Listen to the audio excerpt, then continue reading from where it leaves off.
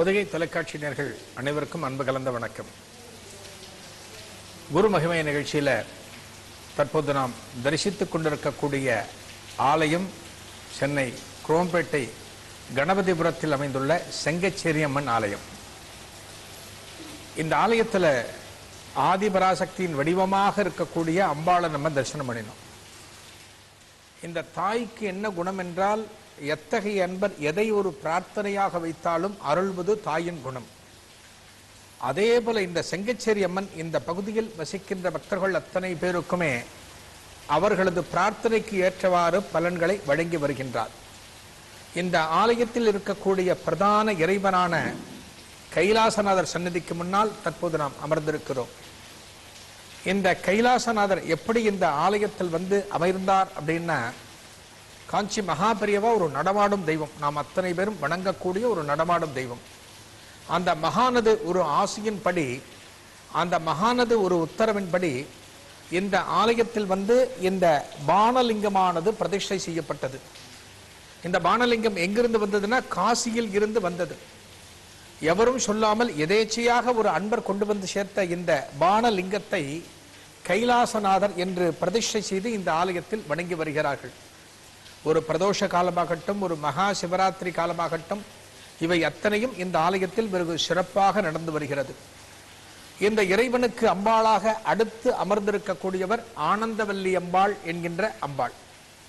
ஆனந்தவல்லிக்கு அடுத்தது இங்கே நாம் தரிசனம் செய்யக்கூடியது குருவாயூரப்பன், அடுத்து மகாலட்சுமி, அடுத்து சரஸ்வதி தேவி. பிரகார வலம் வரும்போது நம்ம அன்னை துர்க்கையை தரிசனம் செய்ய முடியும். ஈசன் கோஷ்டத்தில் தட்சிணாமூர்த்தியை தரிசனம் செய்ய முடியும். ஒரு ஆலயத்தில் நாம் தரிசிக்கக்கூடிய தெய்வங்கள் அத்தனையும் இந்த பிரதானமான அம்பாள் ஆலயத்தில் நம்ம பார்க்க முடியும். இந்த அம்பாளோட சந்நிதிக்கு வந்தால் அம்பாள் நம்ம எப்படி வணங்கணும் அப்படின்னா, ஒரு தாயிடம் நமக்கு ஏதேனும் குறைகள் இருந்தால் நாம் எப்படி தெரிவிப்போமோ அதே போல ஒரு உரிமையை எடுத்துக்கொண்டு தெய்வத்திடம் நாம் பழக வேண்டும். அப்படித்தான் அம்பாள் நமக்கு எல்லாவற்றையும் அருள்வாள். இந்த அம்பாள் அப்படின்னு சொல்லும் போது இந்த லோகமே அம்பாளோட அருளாட்சியாகத்தான் காட்சி தருகின்றது. இந்த பாரத தேசம் முழுக்க இருக்கக்கூடிய ஆலயங்களை நாம் பார்த்தோம் என்றால், ஒவ்வொரு ஆலயத்திலும் அம்பாள் அமர்ந்திருப்பதற்கு ஒரு புராண சரித்திரமானது ஒன்று காணப்படும், ஒரு தல வரலாறு காணப்படும்.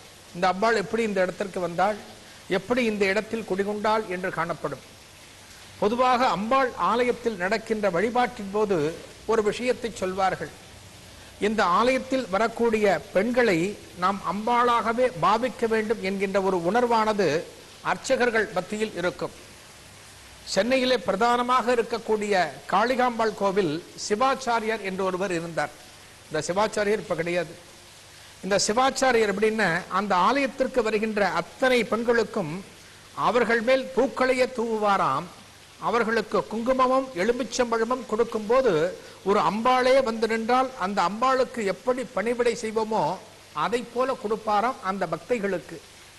அவர் அடிக்கடி சொல்லுவார், இந்த ஆலயத்திற்கு எத்தனையோ பெண்மணிகள் வருகிறார்கள், இவர்களில் எவள் அம்பாள் என்று நமக்கு தெரியாது, ஒரு உண்மையான தெய்வமும் ஒரு பக்தையை போலத்தான் ஆலயத்திற்குள் வரும் என்று சொல்வார்.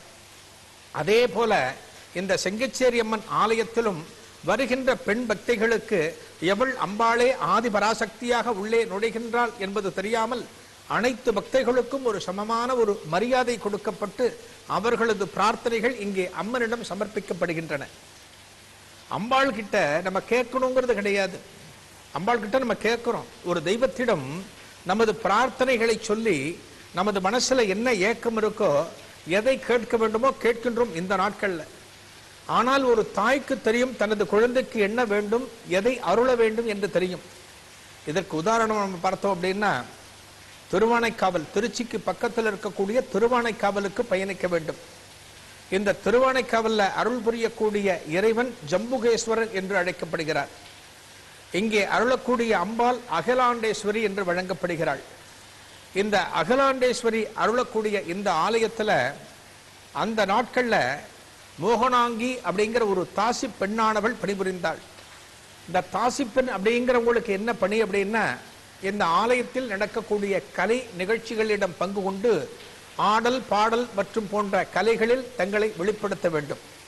இந்த மோகனாங்கி அதுபோல இந்த ஆலயத்துல ஒரு தாசியாக இருந்தார். மிகவும் அழகாக இருப்பாள் பார்ப்பதற்கு. இதே திருவானைக்காவலுக்கு பக்கத்துல இருக்கக்கூடிய ஸ்ரீரங்கத்துல அந்த நாள்ல சமையல் கட்டுல பரிசாரகராக பணிபுரிந்தார் வரதன் என்கின்ற ஒரு அன்பர். இந்த வரதனுக்கும் இந்த மோகனாங்கிக்கும் இவர்கள் இருவரையும் அறியாமல் இவர்களுக்குள் ஒரு காதல் மலர்ந்ததாம்.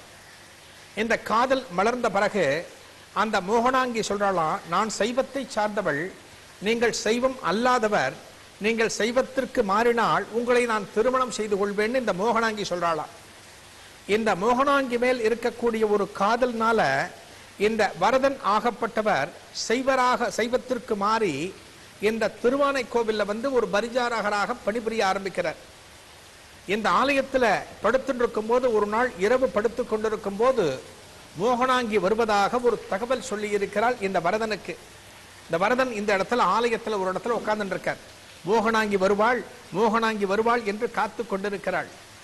ஆனால் மோகனாங்கி வருவதற்குள் இவர் பள்ளி கொண்டு விட்டார், அதாவது உறங்கி விட்டார். இவர் இந்த வரதன் இந்த ஆலயத்திலேயே படுத்து தூங்கிட்டார்.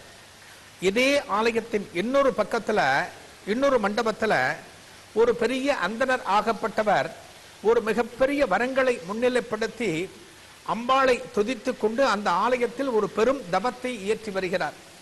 ஒரு காளியை முன்னிலைப்படுத்தி ஒரு பெண் தெய்வத்தை முன்னிலைப்படுத்தி ஒரு மிகப்பெரிய தவம் இருந்து வருகிறார். அவருக்கு என்ன ஆசை அப்படின்னா, தான் பெரிய கவிஞராக வேண்டும், நிறைய பாடல்களை புடைய வேண்டும், பலரும் தன்னை புகழ வேண்டும் என்று ஆசைப்பட்டு ஒரு தவத்தை இயற்றி வருகிறார். ஒரே நாள் இரவில் பூட்டப்பட்ட இந்த ஆலயத்திற்குள் ஒரு மண்டபத்தில் இந்த கவிஞர் ஆகப்பட்டவர் பண்டிதர் ஆகப்பட்டவர் படுத்திருக்கிறார். இதே ஆலயத்துல இன்னொரு இடத்துல வரதன் படுத்திருக்கார், பரிசாரகர் படுத்திருக்கார்.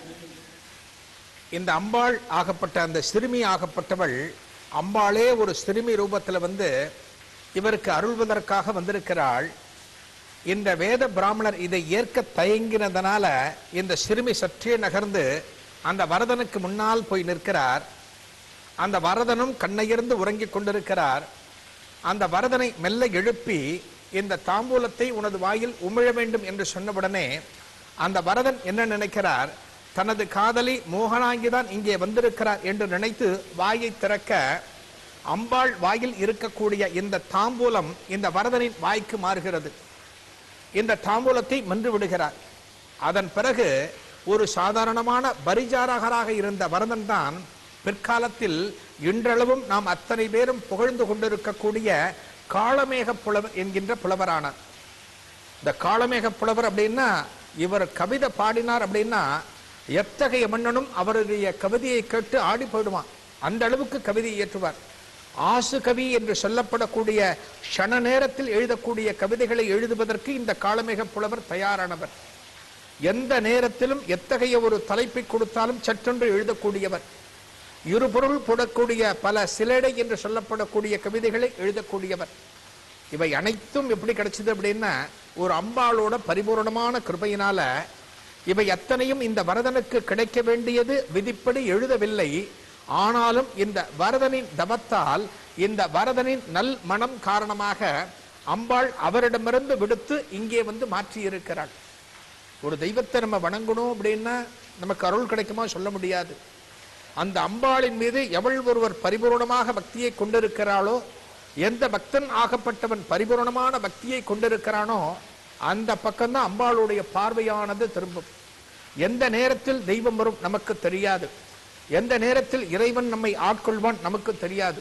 நாம் எல்லா வேளையிலும் எல்லா காலத்திலும் இறைவனது வரவை நாம் எதிர்பார்த்து கொண்டிருக்க வேண்டும். ஒரு வழிபாடுகளை நாம் இல்லத்தில் செய்தாலும் சரி, ஒரு ஆலயத்தில் செய்தாலும் சரி, எத்தகைய நேரத்திலும் இறைவன் நம்மை எதிர்கொள்வான், நமது பிரார்த்தனைக்கு இறங்குவான், நாம் சொன்னதை கேட்டு செவிமடுப்பான் என்றெல்லாம் நாம் நினைத்திருந்து இந்த வழிபாடுகளை செய்தோமானால் அந்த வழிபாட்டிற்கான ஒரு பலனை நிச்சயம் நாம் எதிர்பார்க்க முடியும்.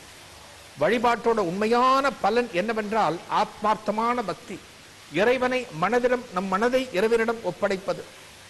இந்த மனசை ஒப்படைச்சிட்டோம் அப்படின்னா இறைவன் நமக்கு அருளக்கூடிய அந்த அருளை நாம் நினைத்து பார்க்கவே முடியாது. மாறி மாறி நமக்கு கிடைச்சுட்டே இருக்கும். எந்த விதமான பக்தியும் இல்லாத வரதனுக்கு மிகப்பெரிய ஒரு பக்தி கிடைச்சது, மிகப்பெரிய அருள் கிடைச்சது அப்படின்னா ஒரு காளமேக புலவர் என்கின்ற மிகப்பெரிய புலவர் ஆனார் அப்படின்னா அம்பாளோட பரிபூர்ணமான கிருபை. அதனால தான் அம்பாள் குடிகொண்டிருக்கிற ஆலயங்கள் அத்தனையிலுமே பார்த்தோம் அப்படின்னா ஏராளமான கூட்டம் இருக்கும், ஏராளமான திருவிழாக்கள் இருக்கும். அம்பாளோட மனசை குளிர்விக்கும் விதமாக பலவிதமான வழிபாடுகள் நடந்து கொண்டிருக்கும். நாம் இருக்கக்கூடிய இந்த செங்கச்சேரி அம்மன் ஆலயத்திலையும் இந்த லலிதா சகஸ்ரநாம பாராயணம் ஆரம்பிச்சு, இந்த கூட்டு வழிபாடு ஆரம்பிச்சு, ஒரு அம்பாளுக்கு உண்டான ஒரு பௌர்ணமி தினத்தன்று ஒரு சிறப்பு வழிபாடு ஆரம்பிச்சு, இத்தனை வழிபாடுகளும் இந்த ஆலயத்தில் நடந்து வருகின்றன. வேறு எந்த விதமான ஆலயத்திலும் பார்க்க முடியாத ஒரு சிறப்பு வழிபாடாக மருதாணி இலை சம்பந்தப்பட்ட ஒரு பிரார்த்தனை இந்த ஆலயத்தில் இருந்து வருகிறது. ரொம்ப சிறப்பான அம்சம். ஒரு தெய்வம்தான் நமக்கு எல்லா விதமான பேர்களையும் கொடுக்கும். இவையெல்லாம் நம்மால் சாத்தியமானது. இந்த படிப்பு நான் தான் படித்தேன், இந்த அறிவுக்கு காரணம் நான் தான் என்றெல்லாம் எவரும் மார்த்தட்ட முடியாது. நமக்கு இருக்கக்கூடிய அத்தனை வாய்ப்புகளையும் அத்தனை பேர்களையும் நமக்கு கொடுத்து அருள்பவள் இந்த அம்பாள் ஆகப்பட்டவள். அப்பேற்பட்ட அம்பாள் இந்த இடத்தில் அமர்ந்து அருள்பாலித்துக் கொண்டிருக்கிறாள். நாம் எந்த இடத்தில் எந்த தாயை பார்த்தாலும், எந்த இறை உருவத்தை பார்த்தாலுமே நம் மனதில் இருக்கக்கூடிய தெய்வமாக கருதி, நாம் அத்தியந்தமான ஒரு பக்திக்கு உள்ளிட்ட ஒரு தெய்வமாக கருதி அந்த அம்மனை நம்ம வழிபட்டோம் அப்படின்னாலே நாம் கேட்கின்ற அனைத்து வரங்களையும் அம்பாள் ஆகப்பட்டவள் அருள்வாள். இந்த அம்பாளோட சிறப்புகள் அத்தனையும் புரிந்து கொண்டு எந்த ஆலயத்திற்கு சென்றாலுமே ஒரு அம்பாளோட தலபுராணத்தை நம்ம தெரிஞ்சுக்கணும். அப்பத்தான் அந்த அம்பாளை தரிசிக்கும் போது நமது பக்தியானது மேலிடும். ஒரு ஆலயத்தோட தலபுராணம் தெரியாமல், ஒரு ஆலயத்தோட வரலாறு தெரியாமல் அந்த ஆலயத்திற்கு நாம் செல்லக்கூடாது. எல்லாத்தையும் தெரிஞ்சுட்டு போகணும். தெரிஞ்சுட்டு அந்த அம்பாளை வழிபடும் போதுதான் நம் மனசில் பக்தியானது சுரக்கும், அம்பாளோட மனசுல அருளானது சுரக்கும். நாளைய நிகழ்ச்சியில் ஒரு புதிய அனுபவத்தை காணலாம். நன்றி, வணக்கம்.